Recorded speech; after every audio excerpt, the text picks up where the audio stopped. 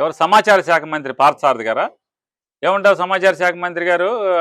జగన్ గారికి దోచుకునే విజన్ తప్పితే రాష్ట్రాన్ని అభివృద్ధి పరిచే విజన్ లేదని చెప్తున్నారా? 9,000 ఎకరాలు. ఏమండి, రాష్ట్ర సమాచార శాఖ మంత్రి పార్థసారథి గారు, ఆయన గురించి ఏం మాట్లాడుకుంటాం? ఆయన ఒక అద్దె మైక్, అద్దె మైక్ లాంటి వాడు ఆయన. ఇప్పుడు బందర్లో షామ్యానా కంపెనీలు చాలా ఉన్నాయి. కులరవి మీటింగ్ అద్దెకి మైక్ పెట్టమన్నారనుకోండి, ఆ మైక్లో కులరవి ఏం మాట్లాడితే అదే వస్తుంది. అదే మైక్ తెచ్చి మా పేరుని కృష్ణమూర్తి కిట్టు మీటింగ్ పెట్టినప్పుడు అదే మైక్ తెచ్చాడు, అదే కంపెనీ వాడికి చెప్పి షామ్యానా కంపెనీ చెప్పాడు అనుకోండి, వచ్చి ఆ మైక్ పెడితే కిట్టు ఏం మాట్లాడితే అదే బయటకు వస్తాయి. పార్థసారథి గారు పాపం ఏముండదు, అద్దె మైక్కి ఆయనకి తేడా లేదు. ఆయన గురించి మాట్లాడేదేంటి? చివరికి సమాచార శాఖ మంత్రి ఎంత అంటే అంటే ఈ కూటమి ప్రభుత్వంలో సమాచార శాఖ మంత్రికి ఎంత సమాచారం ఉంటుందంటే, సాక్షాత్తు అమరావతిని రోజు పిలిమోకలేస్తా అక్కడే ఉంటున్నటువంటి, అక్కడే పడుకుని, అక్కడే భోంచేసి, అక్కడే నిద్రపోతుంది, అక్కడ వాళ్ళకి ఏదో సేవ చేస్తున్నట్టు యాక్షన్ చేస్తున్నా మంత్రి నారాయణ గారేమో 5,000 ఎకరాలు మిగులుతాయి అని చెప్తాడు. ఈయన 9,000 ఎకరాలు అంటాడు. నిజమే, విజన్ అంటే ఆయన దగ్గరుండి జగన్ గారిని చూశాడు కదా, మేము కూడా చూస్తున్నాం కదా దగ్గరుండి ఆయన్ని. విజన్ అంటే ఓ పెద్ద రబ్బీస్ గుట్టని, 40 ఎకరాల రబ్బీస్ గుట్టని కొనుక్కొని గవర్నమెంట్ దగ్గర తీసుకుని దాంట్లో కరెంటు ఫ్యాక్టరీ కడతానంటే అది విజను. జగన్మోహన్ రెడ్డి గారు పోర్టులు కడితే 3 పోర్టులు, 10 ఫిషింగ్ హార్బర్లు, ఒక 16,000 స్కూల్స్ని బాగు చేయటం, పిల్లలకి ఇంగ్లీష్ మీడియంలో విద్య నేర్పటం,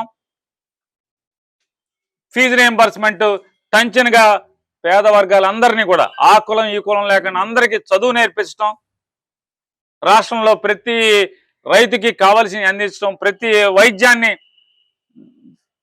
మారుమూల పల్లెటూళ్ళకి తీసుకెళ్తాం, ప్రతి మండలానికి 2 డాక్టర్లను పెడతాం, ప్రతి గ్రామానికి టంచన్గా నర్సుల్ని ఎలందన పెట్టడం, మందులు పెట్టడం. మరి ఈ విజన్ లేదు ఆయనకి. ఇది విజన్ కాదు. కాకపోతే ఆయనకి లేదేంటంటే రబ్బీస్ కొండల్లో కరెంట్ ఫ్యాక్టరీ కడతానని కొండలు గవర్నమెంట్ దగ్గర 5 లక్షలకి 3 లక్షల రూపాయలకి ఆ విజన్ అయితే లేదు జగన్ గారి దగ్గర. తెలంగాణ సీఎం రేవంత్ రెడ్డి గారు డీలిమిటేషన్ మీద హైబ్రిడ్ మోడల్ ప్రతిపాదనపై దక్షిణాది సీఎం లెటర్ రాశారు, ప్రెస్ మీట్ కూడా పెట్టారు. అలాగే జగన్ గారికి కూడా లెటర్ అయినా రాసే అవకాశం. రేవంత్ రెడ్డి గారు సీఎంలందరికీ రాసి, దక్షిణాది సీఎంలందరికీ హైబ్రిడ్ మోడల్ రాశారా? ప్రెస్ మీట్ కూడా పెట్టారు. నేనేమన్నానంటే, నాకు అనిపించేది రేవంత్ రెడ్డి గారు ముత్రాలు రాసి సంతకాలు పెట్టి ఇంత చేనేపు పెట్టే బదులు మొత్తం ముఖ్యమంత్రులకు రాసి ప్రెస్ మీట్లు పెట్టి ఇంత చేసే బదులు దీనికంటే కూడా ఎక్కడో ఒక నారా చంద్రబాబు గారిని ఒక గదిలోకి గెస్ట్ హౌస్లోకి పిలిచి, ఏదైతే రాయలసీమ లిఫ్ట్ ఇరిగేషన్ ఎట్టా అయితే మాట్లాడి ఆపేయండి చంద్రబాబు గారిని తనకున్న పలుకుబడితో ఆపిచ్చేశాడో, చంద్రబాబు గారిని రూమ్లో కూర్చోబెట్టి డీలిమిటేషన్కి ఓటైపోకండి చంద్రబాబు గారు అంటే చాలు, అయిపోయింది కదా.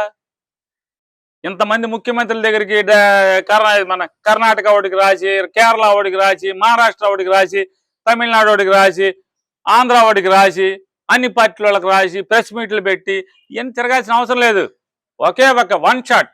ఎట్లా అయితే రాయలసీమ లిఫ్ట్ ఇరిగేషన్ని రూములోకి పిలిచి రేవంత్ రెడ్డి గారు చంద్రబాబు గారిని కూర్చోబెట్టి లిఫ్ట్ ఇరిగేషన్ అంటే ఆపేశాడు కదా, అట్లాగే ఓటైపోక చంద్రబాబు అంటే ఆపేస్తాడు కదా. ఇంత చిన్న విషయాన్ని ఆయన మర్చిపోయి లెటర్లు ఇదంతా అనవసరం అని నాకు అనిపించేది.